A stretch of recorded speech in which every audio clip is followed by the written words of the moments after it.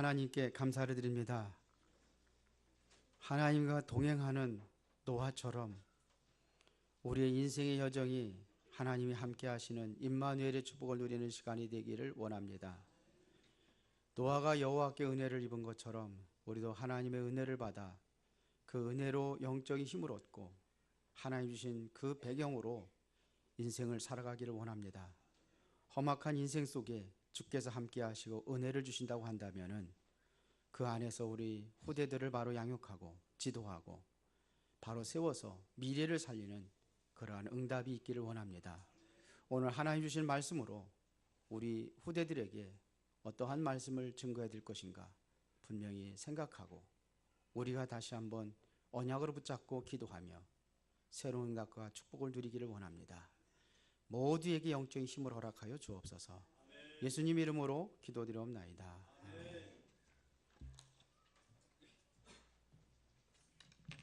옆 사람을 하고 인사하겠습니다. 당신은 하나님이 함께 하시는 자입니다. 하나님과 동행하는 인생을 삽시다. 지난주 메시지입니다. 노아에게는 하나님의 은혜로 의롭다고 인정하셨고 그를 선택하셔서 하나님과 동행하는 인생을 살아가면서 시대를 살리는 중요한 응답을 누렸습니다. 여러분들에게 그 응답이 계속되어지기를 바랍니다. 오늘은 어린이주일입니다. 우리 어린이들에게, 우리 후대들에게 정말 뿌리를 내려야 되는데 렘넌트라는 것은 그루터기라는 얘기거든요. 그루터기. 어떠한 일이 있어도 멸망하지 않은 것을 렘넌트라, 영어로 렘넌트라고 합니다. 그래서 뿌리 내리는 렘넌트 이렇게 얘기했습니다. 우리 후대들이 이 뿌리를 내려야 되는데, 자, 누구나 뿌리 내린 대로 응답을 받습니다. 맞아요? 뿌리를 내리지 않으면 열매를 맺을 수가 없어요. 뿌리를 내리는 올바로 내려야지만이 열매를 맺을 수가 있습니다. 우리는 그것을 응답이라고 이렇게 표현을 해봤습니다. 뿌리 내리는 대로 열매를 맺고 응답을 받는데 어떻게 뿌리를 내려야 되느냐? 뿌리를 내리는데 어떻게 내려야 되느냐 하는 얘기입니다. 뿌리를 내리려 기왕 뿌리를 내릴 것 같으면은 깊게 내려야 되겠죠. 그리고 넓게 내려야 됩니다. 깊게 뿌리를 내리는 나무나 식물은 가뭄이 와도 가뭄에 별로 이렇게 재앙을 만나도 거기에 영향을 받지를 않습니다. 여러분들의 인생 속에 올바로 뿌리를 내린다고 한다면은 재앙이 와도 오히려 재앙 속에서 하나님의 축복을 누릴 수가 있어요. 지난주에 얘기했던 노아가 그런 거거든요. 재앙 당했는데 모든 사람들은 그 재앙 때문에 다 멸망당했지만 노아는 그 재앙 때문에 시대적인 축복을 누렸습니다. 이게 비밀이에요.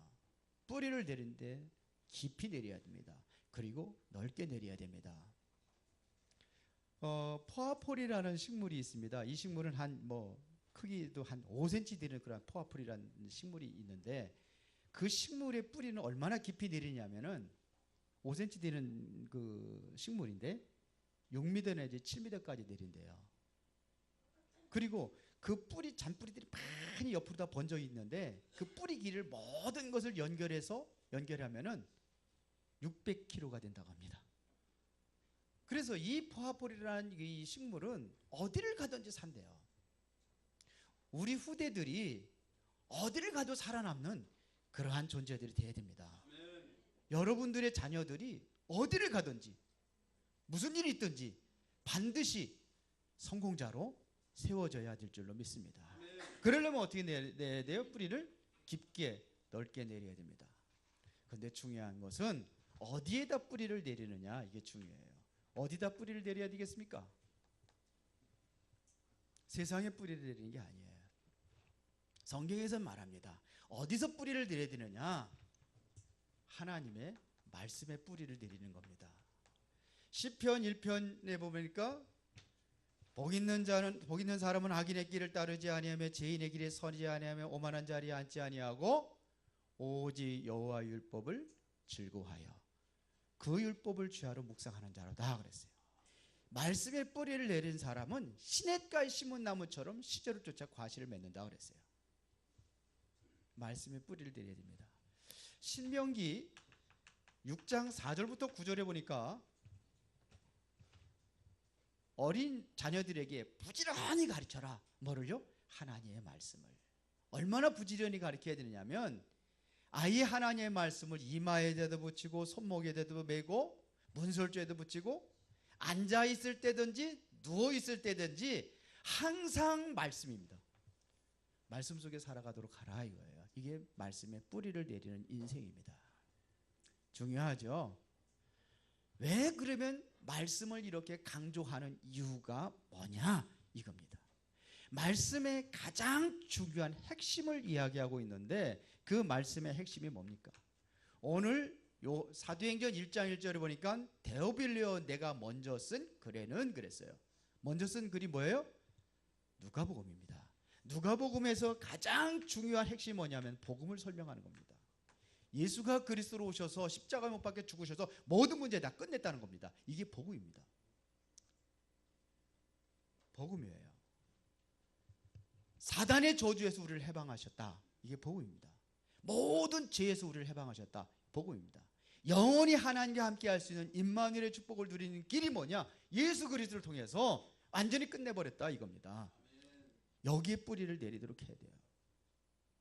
이스라엘 백성들이 400년 동안 노예 생활하고 있을 때에 하나님께서 모세를 통해서 이스라엘 백성들을 구원해 와라. 그 비밀이 뭐냐? 출애굽기 3장 18절의 희생제사입니다. 왜 그들이 나와야 되는 것이냐? 바로 왕한테 말하라. 그리고 모든 장로들에게 말하고 모든 장로들은 백성에게 말하라. 6월절 희생제사 드리는 날. 그날 해방됐습니다. 바로 왕이 10가지 재앙을 내렸을 때 꿈쩍도 안 하다가 피 바르는 그날 바로 왕이 항복을 하고 이스라엘 백성들을 전체를 전부 다 내보내는 역사가 일어났습니다. 복음입니다. 복음은 모든 문제 해결입니다. 과거 문제 해결, 현재 문제 해결, 미래 문제까지 보장이 되어 있는 게 복음입니다. 그래서 에베소 2장 1절에 보니까 허물과 죄로 죽었던 과거 문제 끝. 세상 풍속을 따르고 공중권세 잡은 자 따라다닐 이유가 없다. 사단의 세력 따라다닐 이유가 없다. 현재 문제 끝. 그리스도와 함께 어디에 앉히느냐? 하늘에 앉히시니라. 미래 문제 끝. 그럼 모든 문제 끝 아니에요. 이게 복음입니다. 우리 후대들에게 복음의 깊이 뿌리를 내리도록 만들어라. 그리고 또 하나는 뭐냐? 조금 순서를 바꾸겠습니다. 주보하고. 어디에 뿌리를 내려야 되느냐? 전도에 뿌리를 내리도록 해라. 전도가 뭐냐? 하나님의 나라 일입니다. 그래서 오늘 사도행전 1장 3절에 보니까 그가 고난 받으신 후에 또한 그들에게 확실한 많은 증거로 친히 살아계심을 나타내사 40일 동안 그들에게 보이시며 뭐를 얘기했어요? 하나님의 나라의 일을 말씀하시니라. 하나님의 나라의 일이 바로 뭐냐? 전도입니다. 마태복음 12장 28절에 보니까 예수님께서 이렇게 말씀하십니다. 내가 성령을 힘입어 귀신을 쫓아내는 것이면 하나님의 나라가 이미 너에게 임하였느니라 그랬어요. 하나님의 나라가 어떻게 이루어집니까? 전도라는 일을 통해서 하나님의 나라가 이루어집니다. 하나님의 나라의 일이라는 것은 바로 전도입니다. 전도라는 것은 바로 영적인 싸움에서 승리하는 것입니다. 그래서 사단과의 영적인 싸움에서 승리하면은 그곳에 마귀가 쫓겨나고 사단이 결박되고 귀신이 떠나가면은 그때에 하나님의 나라가 이루어지는 겁니다. 이게 바로 복음입니다. 복음을 통해서. 자, 이거를 뭐라고 그러냐? 이거를 하나님의 나라. 그렇죠? 그러면 복음 성경에서 말하고 있는 핵심 그 세 번째가 뭐냐? 기도를 얘기하는 겁니다. 예수님께서 가장 강조했던 것이 뭐냐? 기도를 강조했습니다. 기도의 뿌리를 내리면은 어떤 역사가 일어납니까? 초대교회 성도들이 이들이 한자리에 모여가지고 예수님께서 승천하시기 전에 약속한 것을 기다려라. 너희는 몇 날이 못 들여 성령을 세례를 받을 것이다. 그랬거든요. 이때 초대교회 성도들이 사도행전 1장 14절에 보니까는 오로지 기도에 힘쓰느냐고 했어요. 그들이 모여가지고 한 마음으로 집중해서 기도할 때에 어떤 역사가 일어났습니까? 사도행전 2장에 성령이 바람같이 불같이 일어난 역사가 일어났습니다. 이걸 보고 성령 충만이라고 하는 것입니다. 보세요. 하나님의 성령이 역사하시면 아무도 막을 수가 없어요. 이들이 돌로 다 쳐 죽임을 당하고, 칼로 다 목베임을 당하고, 창으로 찔리기도 하고, 히브리서 11장 38절을 보니까 그래도 꿈쩍하지 않았어요. 그래도 복음 전하는 거 있죠. 그때에 히브리서 11장 38절에 보니까 세상에 감당할 수 없는 사람이라 그랬어요. 어떻게 됐습니까? 기도에 성령 충만 받으니까 기도할 때 요 세 가지의 뿌리를 내려라. 말씀의 뿌리를 내린다는 것은 복음의 뿌리를 내리는 것이요, 기도의 뿌리를 내리는 것이요, 전도의 뿌리를 내리는 것입니다. 이렇게 만들어줘야 돼요. 이런 아이는 어디를 가도 승리합니다. 어떤 문제가 오고 어떤 위기가 와도 반드시 승리합니다. 아멘. 세상 곳에 최고하는 성공의 자리에 올라섰어도 그거를 배설물이라 이렇게 여긴단 말이에요. 뭐를 받기 때문에요? 오늘 중직자 모임에 얘기했습니다. 빌립보서 3장에 위의 것을 받기 때문에 그래요. 그리스도의 손에 잡힌 바된 그거를 붙잡았고 그거를 바라봤기 때문에 성공하고도 이것은 배설물이다 그러는 거예요. 그게 빌립보서 3장입니다. 우리의 시민권은 하늘에 있는지라 더 큰 거 어마어마한 것을 받기 때문에 배설물이 되어버리는 거예요. 우리 후대들에게 이 정도로 만들어줘야 됩니다. 아멘들 안 하시네. 최고의 성공의 자리에 앉아도 바울처럼 그거 다 배설물이야 할 정도 돼야 돼요. 거지가 돼가지고 돈 많은 사람들 앞에서 그거 다 배설물이야 그러면 웃기는 소리 하죠. 그러겠죠.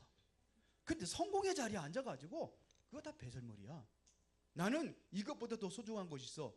위에서 부르신 부름의 상. 그걸 봤단 말이에요.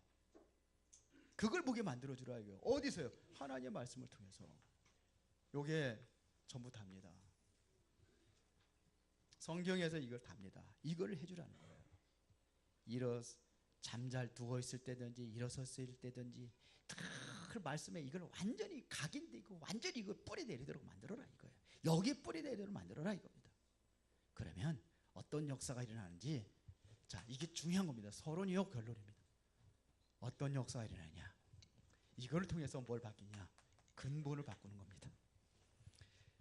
우리 후대들에게 근본을 바꿔야 돼요. 자, 성경에 중요한 그 위기 때마다 나라를 살리고 회복했던 그런 그 렘넌트들이 있어요. 그 그루터기가 있습니다. 그게 누구냐 이거예요. 대표적인 예로 요셉을 얘기 드리겠습니다. 요셉이 뭘 바꿨느냐? 근본을 바꾼 거예요.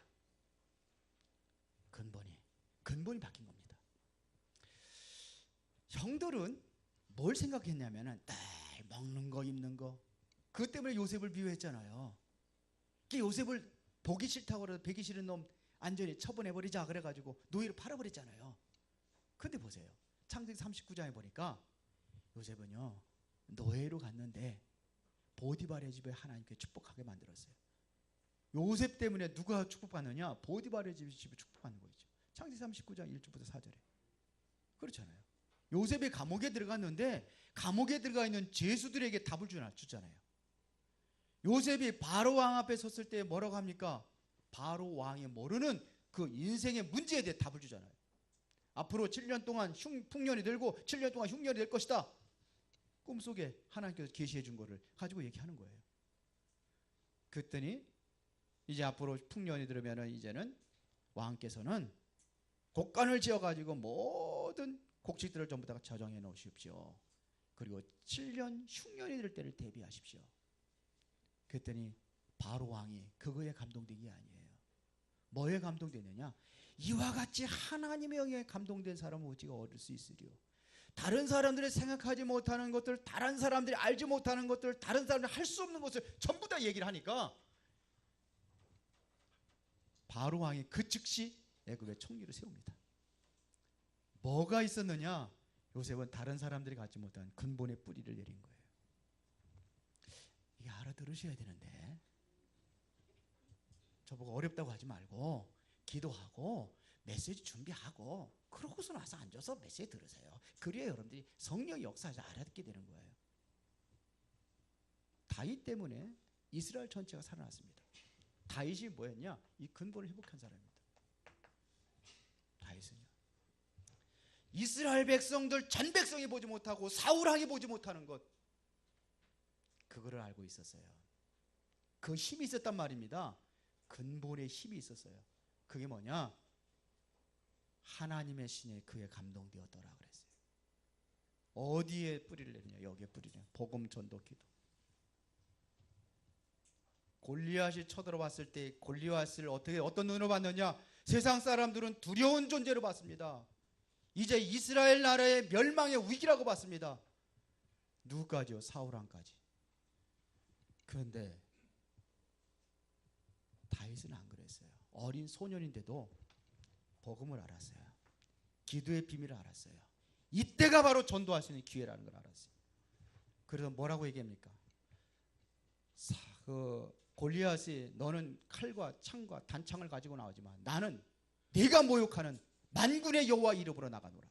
오늘날 하나님이 살아계신 것을 전 세계에 알릴 것이다. 이게 전도입니다. 어디에 뿌리를 내냐? 이 근본에 뿌리를 내린 거예요. 믿으십니까? 우리 아이들 이 정도는 가르쳐줘야 돼요. 이 정도는 만들어야 됩니다. 기독교가 지금 점점 힘이 없이고 무기력하고 아이들이 점점 떠나가고 있는 이때에 우리 아이들에게 이 축복을 누리도록 해줘야 된단 말입니다. 다니엘서 3장 여기에 보면은 누가 나오냐? 사드락과 메삭과 아벤노가 나옵니다. 다니엘의 세 친구입니다. 얘들이 뭐라고 하는지 아십니까? 이 근본에 뿌리를 내리니까 뭐라고 그래요? 느부갓네살 신상에다 절을 하지 않으면 전부 다 불문불에 집어 던진다고 그랬잖아요. 근데 그들은 뭐냐면 절하지 않았어요. 왕 앞에 나왔습니다. 왕이 화가 나가지고 제가 한번 얘기합니다. 지금이라도 기회를 주겠다. 왜 기회를 주느냐? 죽이기 아까운 거예요. 그만큼 영특한 사람들이거든요. 그러니까 다시 한번 지금이라도 절하면은 풀무불에 집어넣지 않겠다. 그때 뭐라고 얘기합니까? 하나님께서는 살아계시고 당신의 손에서 건질 뿐만 아니라 저 불 가운데도 우리를 건질 줄 믿습니다. 그러나 그리 아니하실지라도 나는 절하지 않겠습니다. 그리 아니하실지라도 죽어도 좋다. 다니엘 3장에 세 친구들 그렇잖아요. 바울이 얼마나 담대했는지 아십니까? 바울이요 약 30번이나 죽었다 살아납니다. 30번 죽음을 당면하게 됩니다. 그런데 담대했어요. 오히려 근원을 바꾸는 그 일에 쓰임 받았습니다. 바울 보면 참 기가 막힌 얘기들 많이 하잖아요. 감옥에 있을 적에도 감사하다. 왜 그래? 왜 감사하냐? 내가 이 감옥에 갇힌 일로 인하여 더 많이 복음을 전파하더니 감사하다. 다른 사람들 생각하지 못하는 거예요.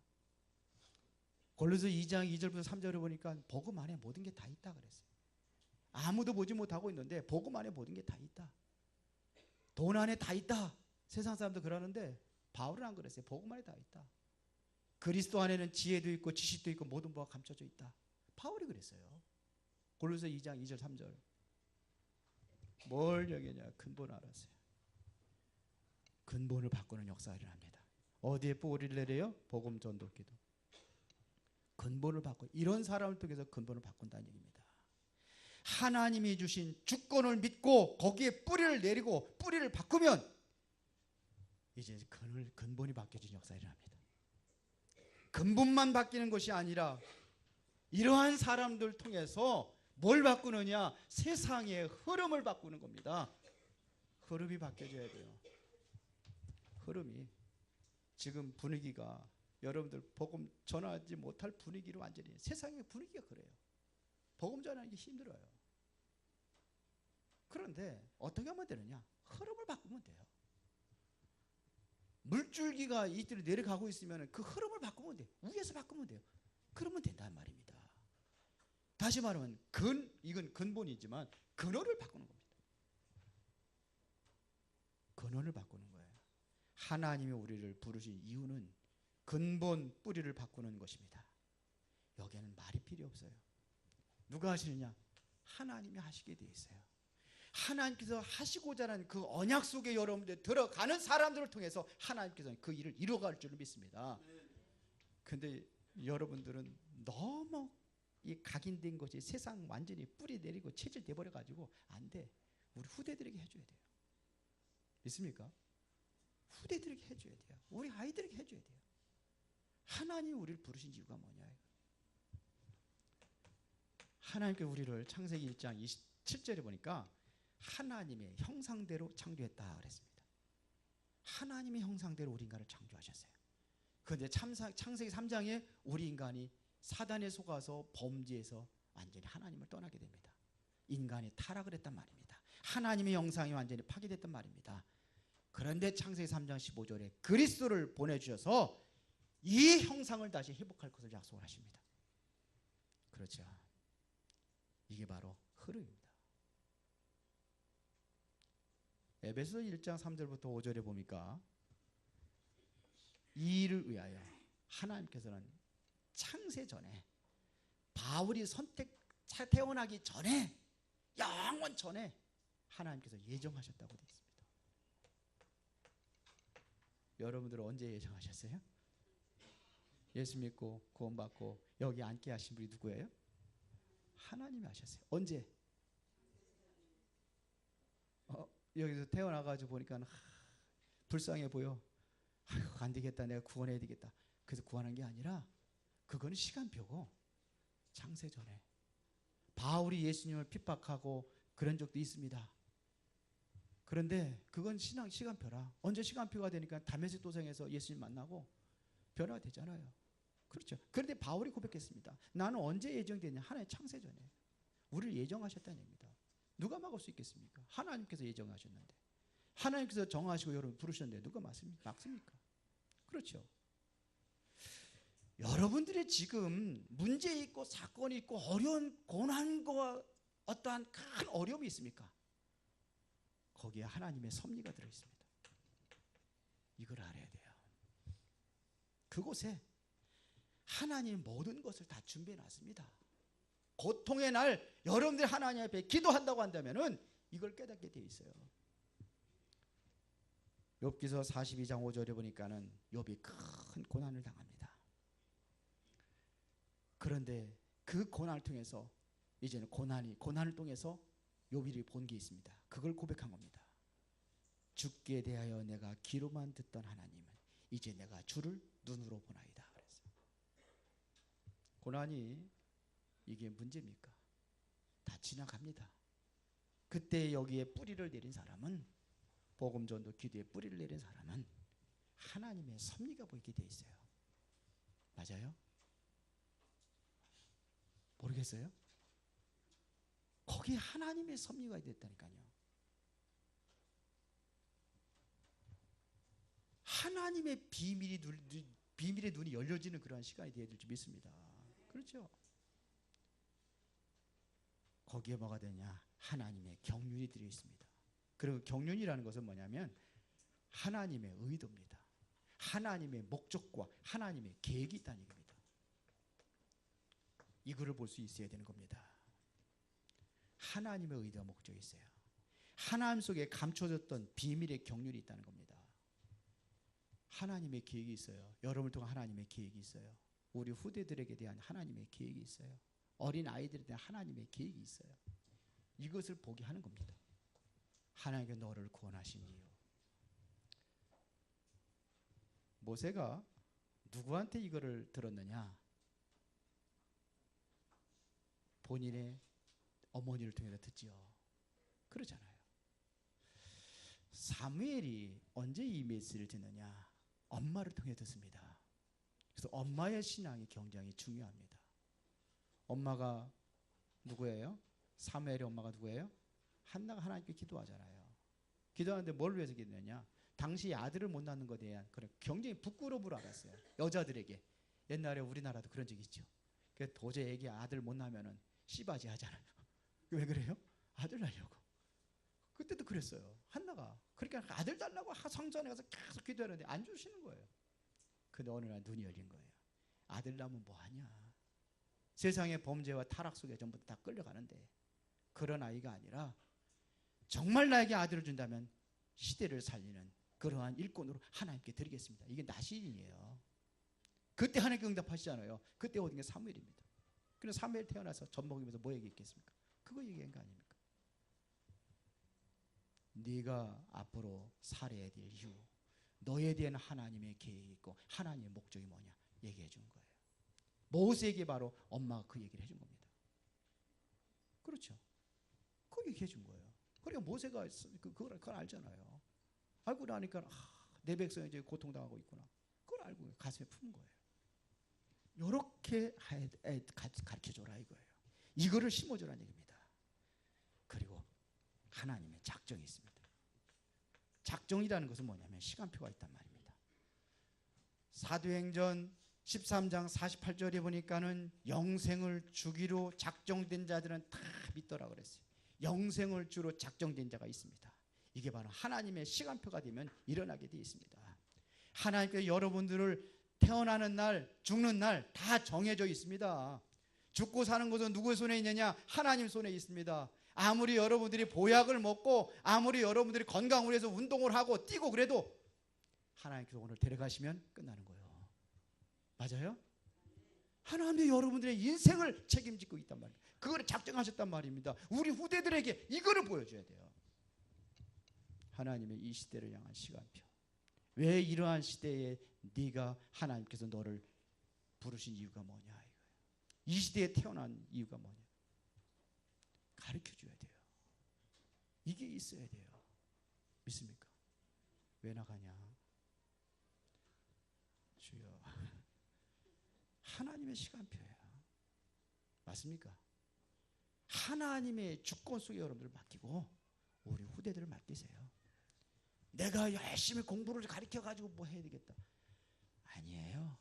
하나님이 주신 배경을 가지고 공부하도록 만들어줘야 돼요. 하나님이 주신 영적인 힘을 가지고 공부하도록 만들어줘야 돼요. 이 눈이 열려져서 네가 공부에 성공해야 될 이유가 뭐냐? 가르쳐줘야 돼요. 뿌리를 내리면은 하나님의 말씀이 성취되는 이 응답을 누리게 돼 있어요.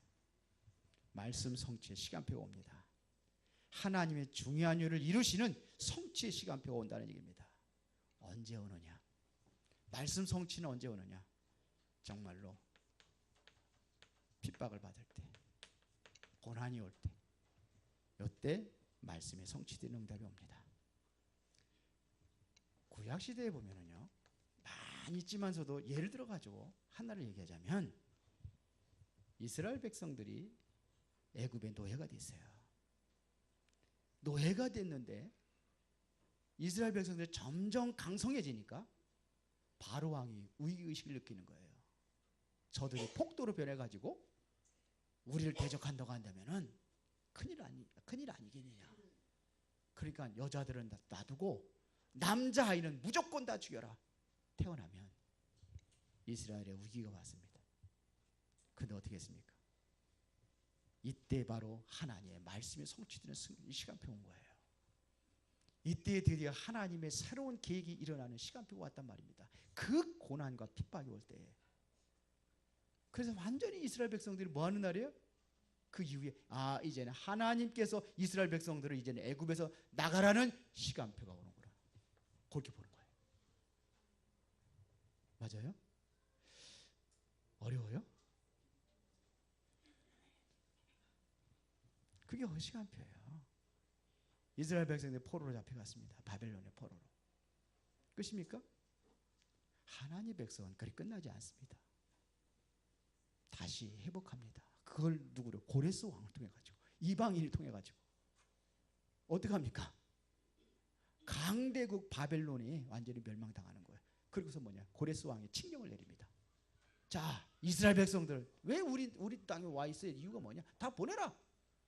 너희들 가면은 성전 건축해라. 그래서 이방인이 핍박이 올 때, 어려움이 올 때, 초대교회 같이 핍박을 당한 데가 어디 있습니까?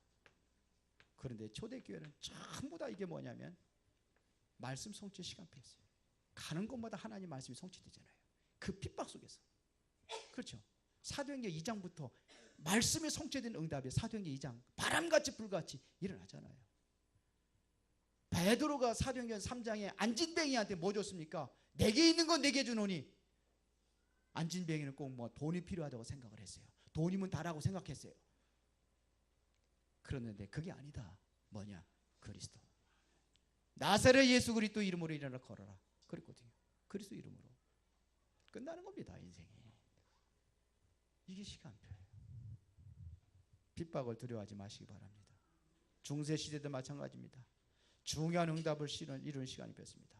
여러분들이 진정으로 근원을 바꾸고 세상의 흐름을 바꾸고 이제는 그러면은 하나님의 뭐가 오느냐? 말씀 성취의 시간표가 온단 말입니다. 요거를 붙잡는 거예요. 오게 돼 있어요. 말세 시대. 성경에서 말세 시대가 어떻게 될 것이냐? 성경은 말하고 있습니다. 마태복음 24장에 이야기하고 있습니다. 누가 나타나냐? 적그리스도가 나타난다고 되어 있습니다. 적그리스도가 일어난다는 것은 그리스도를 대적하는 그것을 얘기하는 겁니다. 그리스도를 대적한다는 것은 예수 믿는 사람들 핍박한다는 시대가 온다는 겁니다. 오고 있잖아요. 그러나 끝이 아니다. 마태복음 24장 14절에 모든 민족의 복음에 증거된 이후에 그제야 뭐가 오리라? 끝이 오리라. 핍박 시대 옵니다.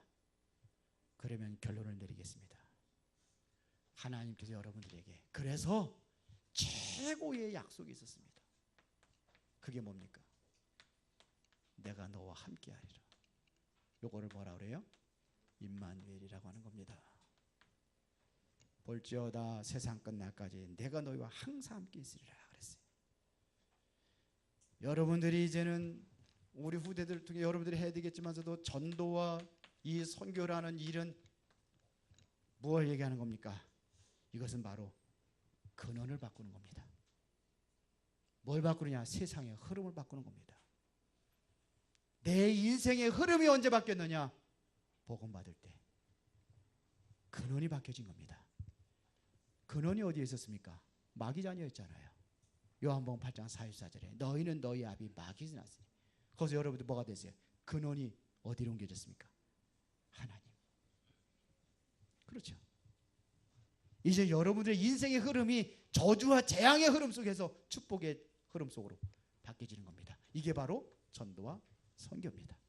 이거를 여기에 뿌리 내리게 해줘야 돼요. 여러분들이 정말로 무엇을 붙잡고 가야 되느냐? 우리 후대들이 앞으로 험악한 세상 속으로 나가기 전에 반드시 붙잡아야 될 것이 있는데 하나님의 약속, 바로 임마누엘입니다. 하나님은 너와 함께 하신다. 앞으로 세상에 얼마나 큰 위기가 오고 큰 문제들이 온다 할지라도 하나님은 너와 함께 하신다. 끝나는 거예요. 하나님 함께 하시는 거예요. 바울이 그랬잖아요. 사방으로 우겨싸임을 당하여도 쌓이지 아니하고 핍박을 받아도 버림받지 아니하고 답답한 일을 당하도 낙심하지 아니하고 거꾸로 틀음을 당하도 망하지 아니하리다. 왜 그랬습니까? 하나님이 나와 함께 하시니까. 다윗이 사망의 음침한 골짜기를 다닐지라도 나는 해를 두려워하지 않는다. 왜 그 이유를 얘기했습니다. 주께서 나와 함께 하시니까. 주의 지팡이와 막대기가 나를 안위하시나이다. 원수의 목전에 내게 상을 베푸시는 하나님. 하나님께서 함께 하시니까 절대로 망하지 않습니다. 그러면 이제는 뭘 준비해야 되느냐? 이제 그릇을 준비시키면 됩니다. 그릇을 준비하도록 하세요. 왜 그러냐? 앞으로 다가올 미래에 성경은 엄청난 재앙이 올 것을 이야기하고 있습니다. 재앙 시대를 바꾸는 그러한 후대들이 되도록 그릇을 준비시키는 겁니다. 그것이 바로 뭐냐? 영적인 무장을 하도록 하는 겁니다. 우리 후대들에게 공부도 좋고 하지만서도 가장 중요한 것은 우선순위는 영적인 힘을 얻고 그 능력으로 공부하게 하고 세상에 나가도록 준비시켜야 될 줄을 믿습니다. 기도하겠습니다. 전능하시고 살아계신 아버지 하나님 감사합니다. 우리 후대들에게 복음과 기도와 전도의 든든히 뿌리 내릴 수 있는 말씀을 주시고 날마다 말씀 속에 들어가게 하여 주시옵소서. 그래서 이제는 근원을 바꾸고 세상의 흐름을 바꾸고 말씀 성취의 응답을 누리는 그런 응답이 있게 하여 주옵소서. 예수님 이름으로 기도드리옵나이다. 아멘.